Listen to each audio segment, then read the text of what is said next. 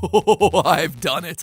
I've created the ultimate online video. I watched every YouTube video, but because I thought that Mr. Beast would do that very thing, I decided to do him one better. I watched every YouTube video and counted every pixel on every frame of every video. And guess what? I still thought that Jimmy might do that, so I decided to do him one better. I did it all in 24 hours, and I'll give away $100,000 to every viewer of that video. I've done it. I've done it. It's unbreakable. It's unbeatable. No one can ever outdo me. I've outbeasted the beast.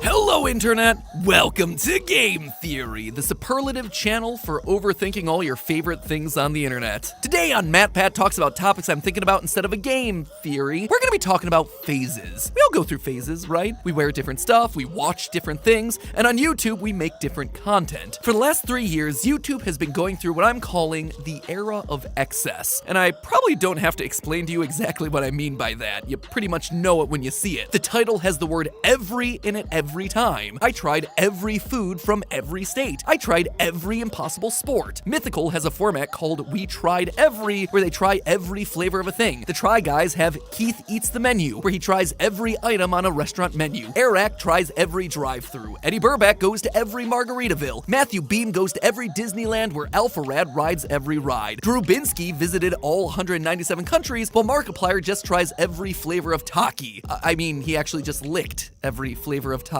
It's a bit disturbing there, Mark. Even more disturbing than your trailer for Iron Lung. Anyway, you see where I'm going with this. It's every trend that you see everywhere on the platform. Not to be overlooked, though, this phase also includes what I call the nice round number syndrome, which contains a big old number with a $ in front, and the numbers just keep getting bigger. While Mr. Beast has certainly been the one mainstreaming this recently, nice round numbers, they've been making titles and thumbnails more clickable since 2012, when top 10s and top 5 lists dominated the entire YouTube ecosystem. And once you know it, but clickable numbers become even more clickable once they're associated with money, leading to all your favorite giveaway and comparison videos. The numbers evolved from top 10s to top 100s to $100, and then we started adding zeros from there. Many zeros. Now we have $1 stake versus $1,000 stake, $1 versus $100,000 computers, $1 houses versus $100 million houses, and of course the all-time classic, I gave a random person on the street $100,000 for the clout. I mean, obviously there's some vague reason, but we all know what the underpinning of it is, right? It's the clout. The interesting thing about excess videos is that they're not just about the superlative of something or trying something nicer than average, they're a constant, unwinnable game of escalation. We already ate the biggest burger at one restaurant, so,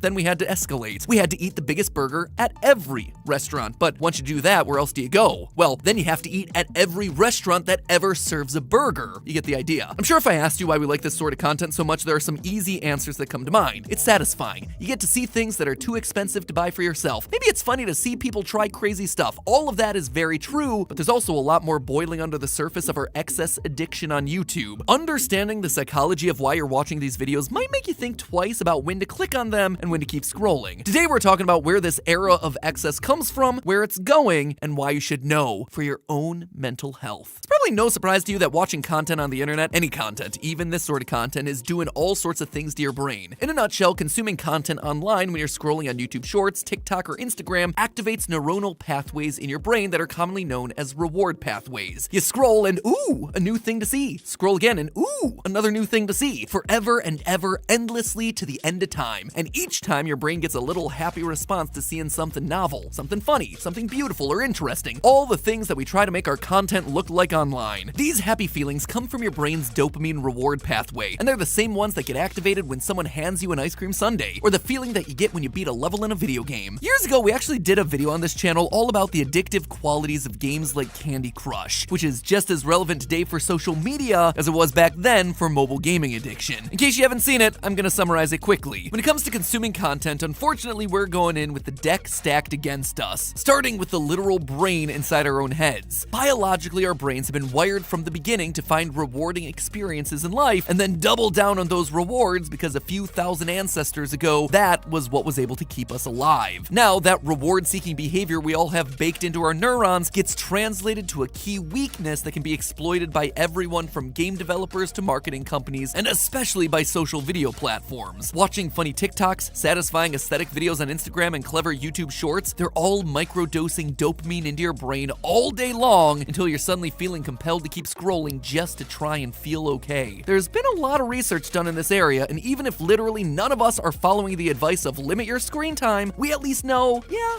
we probably should be doing that. But no, really, yeah, we probably should be doing that. The TLDR of all this is that the For You page is giving your brain exactly what it wants, which isn't always a good thing. The thing is, friendos, well, it's easy for all of us to collectively point to short-form video as the thing that's getting us hooked on all these platforms, the things that are shamelessly riding those dopamine waves. They're not the only ones that are giving us that little boost to happy. The era of excess on YouTube has given us the exact same action on these same reward pathways, even with long-form videos. It's doing this in two main ways. First, the structure of the video usually sets you up for lots of little micro doses of dopamine rewards all the way throughout the video, starting with the opening seconds. Let's just take a classic example from Good Mythical Morning. I tried every flavor of Lay's chips, where they have the setup of these videos down to a science. Probably why it's a whole series over on GMM. They start right off the bat by teasing what's in the video. This hooks you in the first few seconds in the exact same way that a TikTok does. 27 flavors of Lay's, but only one can be the best. Let's talk about that. This is the exact same tactic that Mr. Beast uses in every one of his $1 versus $1 million videos. Or, I guess now it's $100 million videos. This is a $100 million mega mansion. And this isn't me trying to single out any creators or point fingers, it's just a tactic used by everyone who's successful on the platform right now. Josh Weissman. Today we're going to be ranking and tasting every major fast food burger in America. Airrack. You're looking at a collection of all the fastest man-made vehicles in history. Hopescope. I bought every Barbie dream house ever. Mr. Who is the Boss. I have just bought every single Xbox console ever. Basically, every major creator on the platform is zeroed in on this strategy as a psychological tactic to get your attention on YouTube. But that's not enough. After those catchy opening seconds, you break the video up into manageable chunks that are, I don't know, somewhere around 60 to 90 seconds each, about the exact same as a TikTok, so people feel like they're getting a new reward for every minute that they stay tuned into the video. Take a look at that same GMM video to see what I mean. 45 seconds to 1 minute and 15 seconds goes by, they switch to a new flavor of chip, giving you just long enough for a satisfying crunch, some color commentary, a couple of jokes, bam! On to the next before you got bored. In Hopescope's tour through the history of Barbie dream houses, a video that I personally loved, by the way, she switches between dream houses less than every 2 minutes. Airrack is way more intense when ranking all the fast food restaurants, going through them at a pace of 10 to 30 seconds each. Mr. Beast's favorite way to do this is by completely switching up challenges every 3 minutes or so. His classic I gave away an island to my 100 millionth subscriber video switches challenges every 1 minute and 30 seconds to 2 minutes and 45 seconds. While in his somewhat controversial Curing People's Blindness video, the longest any individual patient gets in front of the camera is 50 seconds. I could go on and on and on with hundreds of examples of these videos across the platform, each with tens, sometimes hundreds of millions of views, but it all boils down to this one thing. YouTube videos, my friends, have become high-polished compilations. Kind of like TikTok compilations or Vine compilations before them, whether or not you or even the people making them realize it. And it works. It works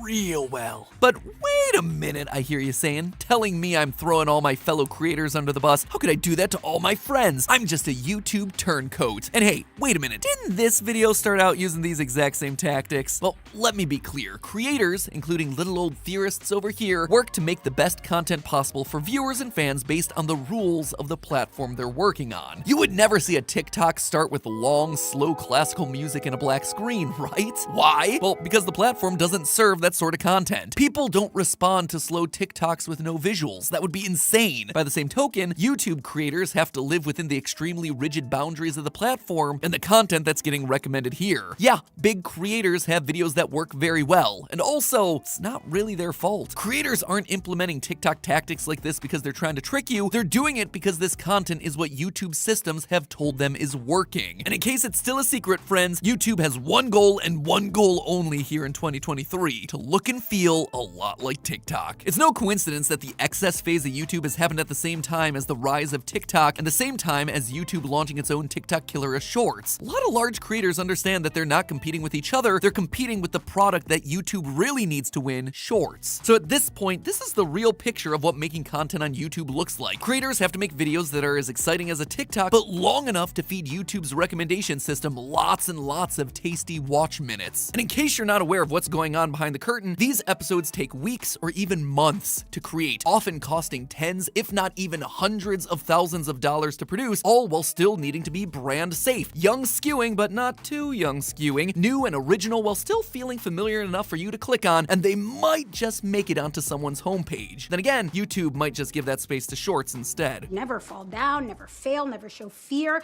never get out of line. It's too hard. It's too contradictory. So what's left after all that? Well, a lot of escalation. The cost of these enormous teams lay on even more pressure for every episode to be an every episode, because it has to be a banger. Instead of stories, characters, or in-depth narratives that feel risky, access videos can be executed by any team who can build a bigger set, visit more Olive Gardens, or buy more weird shoes for you to try on without running into a lot of creative risks. Right now, this is one of the only ways to effectively thread the needle. It's hard to blame people for leaning into the content that's successful, but you gotta admit, all of it feels a bit limited. There's not a lot of feeling under the surface there other than, whoa, amazing, with that little Vine boom animation to make it seem like something more exciting happened on screen. Overall, it just makes the platform as a whole feel stagnant when everything carries the same tone. And whose fault is that? The platform. With that in mind though, so far we've only talked about the ways that the era of excess is hijacking our brain and the programming schedule of your favorite creator. But what about you, as a normal viewer? Turns out that the era of excess may be having a number of other unintended consequences for fans of YouTube, and these consequences aren't so easy to detox from. First, let's just talk about what's so appealing about excess content when we watch it. It's fun. It's neat to see people take things to the extreme, and for a lot of us, the era of excess is a form of escapism. Now, there's nothing wrong with a little escapism. People have been using books, TV, movies, theater, video games, all kinds of media forever to escape their humdrum lives, or in our case, a world that often feels like it's about to burn down around us. A lot of time, escapism media portrays a life that's better, more magical, or often more wealthy than our own. It idealizes tiny problems, fancy clothes, fancy cars, extravagant vacations, or enormous houses. Any of those topics sound familiar? They should. They're literally everywhere in the era of excess here on YouTube. Visit the craziest hotels, eat the $1,000 steak, try on the 20 new outfits that you could never afford, and do it in every video across YouTube. There's actually a name for this kind of viewership, and if it sounds gross, well, it is. It's called wealth prawn, and it's been around just as long as wealth itself has. If you're a boomer, your generation had Lifestyles of the Rich and Famous, one of the most influential reality shows of all time before reality TV was even a thing. As the creator of the show described it, it allowed everyone to feel like someday they too could live a fancy lifestyle. When you first conceived, did you have any idea that people would be as interested in how the other half lived? It's almost as if the whole thing has slipped into the vernacular of the dictionary because everybody is curious,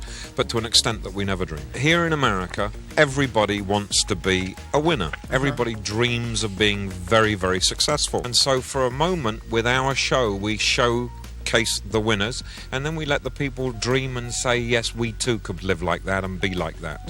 Moving into the 90s and 2000s, he had shows like MTV Cribs, Real Housewives, and then the ultimate in wealth prawn, Keeping Up with the Kardashians, with each of those shows on their own escalating journey to show off more wealth, more extravagance, and more aspirational living than the last. But where wealth prawn used to be confined to just a couple of shows that aired a few times a week, now it's literally everywhere. Every time you log onto YouTube, there it is, a brand new video, or 3, or 7, all ready for you to consume to get that hit of dopamine, except that's not truly what happens. When you're surrounded by wealth prawn all the time, instead of feeling inspired by the beautiful lifestyles showcased online, viewers report feeling more discouraged about their own lifestyle. Because everywhere you look, it feels like there's someone who has it better than you, someone who could afford to explore exotic islands or buy 30 pairs of sneakers, all the while inflation continues to rise out here in the real world. Everything is getting more expensive, and you're just out here wondering if you're going to be able to afford next month's rent. But if every video you see online is in every video, it can be hard to remember that fact. And it starts to normalize the idea that we should all be living in this excessive way. And so when we can't, we start to become disappointed and dissatisfied. And because dopamine is now tied to our viewing addiction, it leads us to watch another video to try and get that hit, to try and feel normal again, to try and see what this one is gonna be like. And you just wind up repeating the cycle again and again and again, ultimately making us feel worse off mentally. This is especially true for younger viewers, where studies have shown that those who spend more time on social media, including YouTube, reported higher levels of comparison and lower self-esteem as a result. It's especially dangerous when you consider that 25% of young people reported going to platforms like TikTok to get financial advice, which can then lead them to not only feeling worse, but actually spending more on things they don't need to try and achieve that lifestyle that they're constantly being shown they should have. So what then do we do? Well, half the battle is just knowing what we're watching in the first place. When we see a video's cold open shouting at your face that you're about to see every of something, you need to recognize that that video is designed to trick your brain into thinking it's getting a prize. Spoiler alert, it's not. It's actually a TikTok compilation designed to give you a hit of dopamine every 2 minutes or less. And seeing a bigger dollar amount in the title, that's not gonna lead you to feel better about yourself or the state of your bank account. Also, it's important to recognize that even though YouTubers seem to be all footloose and fancy-free with their expensive stuff and far-flung vacations, what you're seeing isn't real. Behind those big videos are big expense checks, and all the brand deal and ad revenue that pours in is getting poured right back out to the massive teams that are making these videos happen. Behind the fun is a lot of paperwork, production calendars, and more coordination than your typical Hollywood shoot. No one is truly living the way that you see in these videos, and whatever you see on screen was meticulously curated by a team that's bigger than however big you imagine them to be. Now, I can speculate about where the platform goes from here, the future of shorts, how far you can escalate before you hit a ceiling, what YouTube should be doing as a platform, but that's all episodes for another day. For now, knowledge is power, so consider yourself armed and ready to take on the next video that you watch. Just make sure that you're playing it, and it's not playing you. But hey, that's just a theory. A MatPat talks about topics that I'm thinking about instead of a game theory.